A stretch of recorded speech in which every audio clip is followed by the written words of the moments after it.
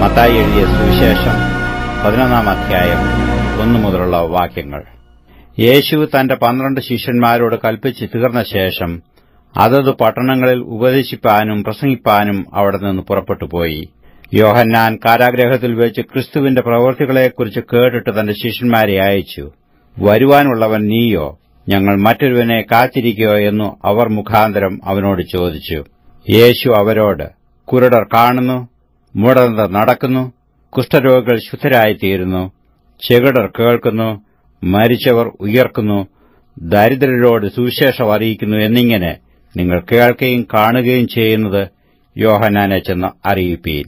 എന്നാൽ എങ്കൽ ഇടറിപ്പോകാത്തവൻ എല്ലാം ഭാഗ്യവാൻ എന്ന് ഉത്തരം പറഞ്ഞു. അവർ പോയ ശേഷം യേശു യോഹന്നാനെക്കുറിച്ച് പുരുഷാരത്തോട് പറഞ്ഞു തുടങ്ങിയത്, നിങ്ങൾ എന്ത് കാൺമാൻ മരുഭൂമിയിലേക്ക് പോയി? കാറ്റിനാൽ ഉലയുന്ന ഓടയോ? അല്ല, എന്ത് കാൺമാൻ പോയി? മാർദ്ദവ വസ്ത്രം ധരിച്ച മനുഷ്യനെയോ?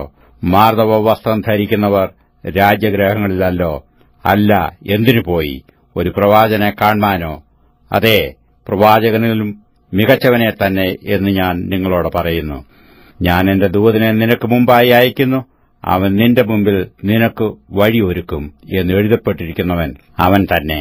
സ്ത്രീകളിൽ നിന്ന് ജനിച്ചവരിൽ യോഹന്നാൻ സ്നാപകനേക്കാൾ വലിയവൻ ആരും എഴുന്നേറ്റിട്ടില്ല.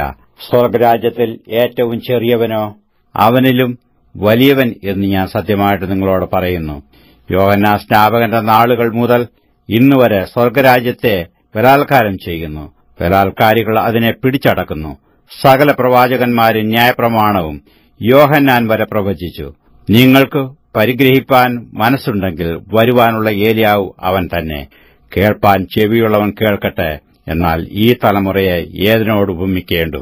ചന്തസ്ഥലങ്ങളിൽ ഇരുന്ന് ചങ്ങാതികളോട്, ഞങ്ങൾ നിങ്ങൾക്കായി കുഴലൂതി, നിങ്ങൾ നൃത്തം ചെയ്തില്ല, ഞങ്ങൾ വിലാപം പാടി, നിങ്ങൾ മാറത്തടിച്ചില്ല എന്ന് വിളിച്ചു പറഞ്ഞ കുട്ടികളോട് അത് തുല്യം. യോഹന്നാൻ തിന്നുകയും കുടിക്കുകയും ചെയ്യാത്തവനായി വന്നു, അവന് ഭൂതമുണ്ടെന്ന് അവർ പറയുന്നു. മനുഷ്യപുത്രൻ തിന്നും കുടിച്ചും കൊണ്ടുവന്നു. തിന്നിയും കുടിയനുമായ മനുഷ്യൻ ചുങ്കക്കാരുടെയും പാപികളുടെയും സ്നേഹിതനെന്നു അവർ പറയുന്നു. ജ്ഞാനമോ തന്റെ പ്രവർത്തികളാൽ നീതീകരിക്കപ്പെട്ടിരിക്കുന്നു. പിന്നെ അവൻ തന്റെ വീര്യപ്രവർത്തികൾ മിക്കതും നടന്ന പട്ടണങ്ങൾ മാനസാന്തരപ്പെടായികയാൽ അവയെ ശാസിച്ചു തുടങ്ങി. ഖോരസീനെ, നിനക്ക് ഹാ കഷ്ടം! ബത്സയിദേ, നിനക്ക് ഹാ കഷ്ടം! നിങ്ങളിൽ നടന്ന വീര്യപ്രവർത്തികൾ സോരിലും സീദോനിലും നടന്നിരുന്നുവെങ്കിൽ അവർ പണ്ടുതന്നെ ഇരുട്ടിലും വെണ്ണീറിലും മാനസാന്തരപ്പെടുമായിരുന്നു. എന്നാൽ ന്യായവിധി ദിവസത്തിൽ നിങ്ങളെക്കാൾ സോരിനും സീദോനും സഹിക്കാവതാകും എന്ന് ഞാൻ നിങ്ങളോട് പറയുന്നു. നീയോ കഫർന്നഹൂമേ, സ്വർഗ്ഗത്തോളം ഉയർന്നിരിക്കുമോ? നീ പാതാളം വരെ താണുപോകും.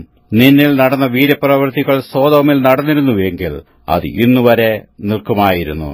എന്നാൽ ന്യായവിധി ദിവസത്തിൽ നിന്നേക്കാൾ സോദോമ്യരുടെ നാട്ടിന് സഹിക്കാവതാകൂ എന്ന് ഞാൻ നിങ്ങളോട് പറയുന്നു. ആ സമയത്ത് തന്നെ യേശു പറഞ്ഞത്, പിതാവേ, സ്വർഗ്ഗത്തിനും ഭൂമിക്കും കർത്താവായുള്ളോവേ, നീ ഇത് ജ്ഞാനികൾക്കും വിവേകൾക്കും മറച്ച് ശിശുക്കൾക്ക് വെളിപ്പെടുത്തിയതുകൊണ്ട് ഞാൻ നിന്നെ വാഴ്ത്തുന്നു. അതേ പിതാവേ, ഇങ്ങനെയല്ലോ നിനക്ക് പ്രസാദം തോന്നിയത്. എന്റെ പിതാവ് സകലവും എങ്കൽ ഫരമേൽപ്പിച്ചിരിക്കുന്നു. പിതാവല്ലാതെ ആരും പുത്രനെ അറിയുന്നില്ല.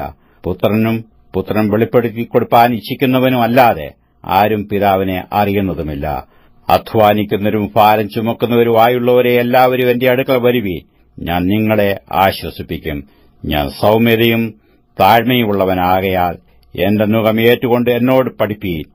എന്നാൽ നിങ്ങളുടെ ആത്മാക്കൾക്ക് ആശ്വാസം കണ്ടെത്തും. എന്റെ നുകം മൃദുവും എന്റെ ചുമട് ലഘുവും ആകുന്നു.